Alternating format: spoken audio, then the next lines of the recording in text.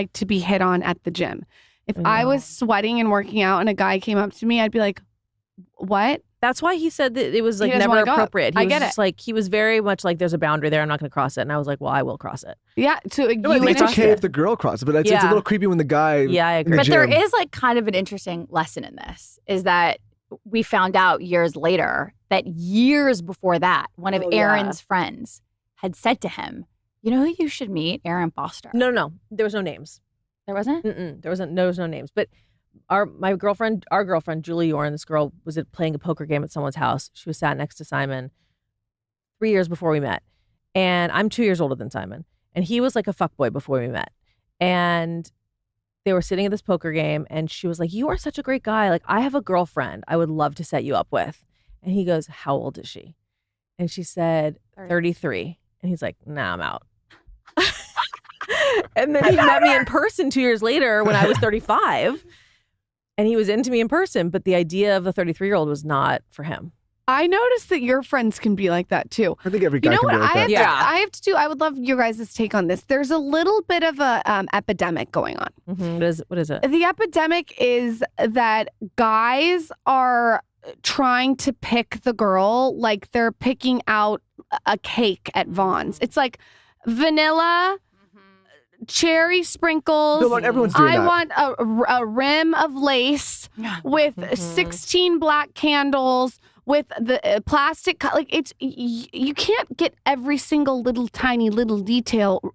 You're not everyone's going doing to that, find though. anyone. But it's also when you're dating online, you're looking at a profile like it's a cake, right? You're like, it's a menu.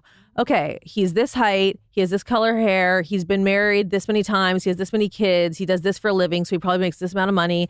This is what his friends look like. You're looking at it like it's a menu. And it's such an interesting example that for Simon, the idea of a woman in her 30s, he was like, I'm not interested in that because I don't want what she wants. A woman who's 33 wants to settle down. That's not where I'm at in my life.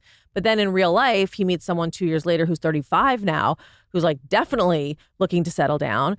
But you aren't looking at it like these menu options. You're looking at like a person. And he liked the whole package. He just didn't like the idea when you're giving the stats. We always say on paper, it's never as good as you think. Like we have friends who are, 40 with 3 kids and blah, blah. You go tell a single guy that like, oh, she's 40, she's got a couple. You're like, no, that's a pass. But then you meet her in person. You're like, holy shit. I can make this work. She's freaking hot. She's fun. She's cool. She's intelligent. And that's the problem with like, dating online, I think. Like, because Simon and I were both on the same dating apps, but like, I probably wasn't in his algorithm because he like cut the age off before me, Right. But imagine and you if, guys like, are soulmates. Joe Rogan was on the dating app. Like he's like, I think he's 5'6".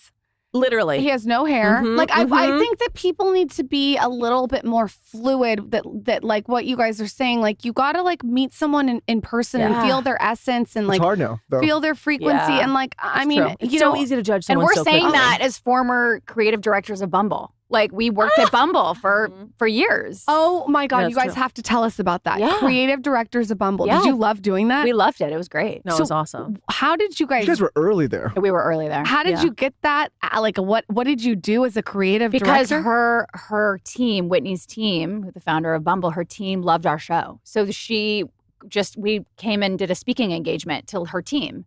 No, not to her team. We did a panel with her at Whatever it was. the It was a Bumble speaking Hive. engagement. What year did you join? 2017. So early. Yeah, it Go. was early. It was really cool. I mean, that really is what kicked off us navigating path for into us. like tech and more of a business side of our career. I was going to ask you guys how you got into investing and all that because you're savvy investors. It really But- started with Bumble because Bumble really opened our eyes. Whitney is really cool about thinking outside the box, and so we had this great panel. She saw that we really could like speak to women, and she thought, I want to hire you guys in a larger capacity. And so she brought us on, and it really kind of woke us up to our abilities outside of entertainment. And then that kind of made us confident to start. We'd never had equity in a company before. By the way, everyone told us not to take the job. They were like, "You are just coming Fire into those your people. own as." I know. Yeah, but we found that a lot in our careers. But everyone was like, "You are just coming off of your show, Barely Famous." It was getting. People were talking about it and putting us in a box that we had never been in. We were all of a sudden these respected comedic actresses, and it was opening up this whole new world for us. And then we went and took that job. So people were like, "Wait a minute, you're the New York Times is saying you guys are like the blonde Curb It's like Your doing Enthusiasm. like a Vegas residency and like thinking that your career's over or something. Right. Yeah, But but I wasn't didn't the happen. market for that, but I remember feeling like when that happened, like the brand got a personality.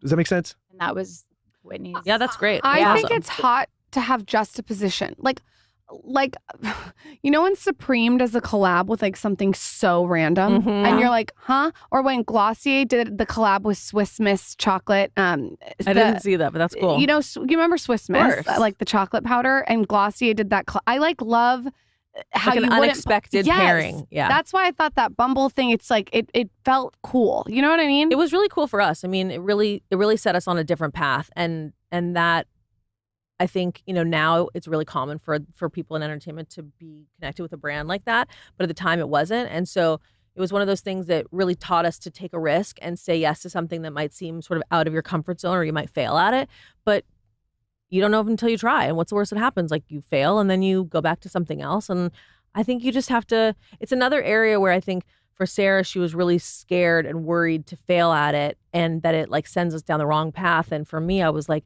this is sort of a once in a lifetime opportunity. You have this crazy chance and it either pays off like really, really big or it kind of goes away.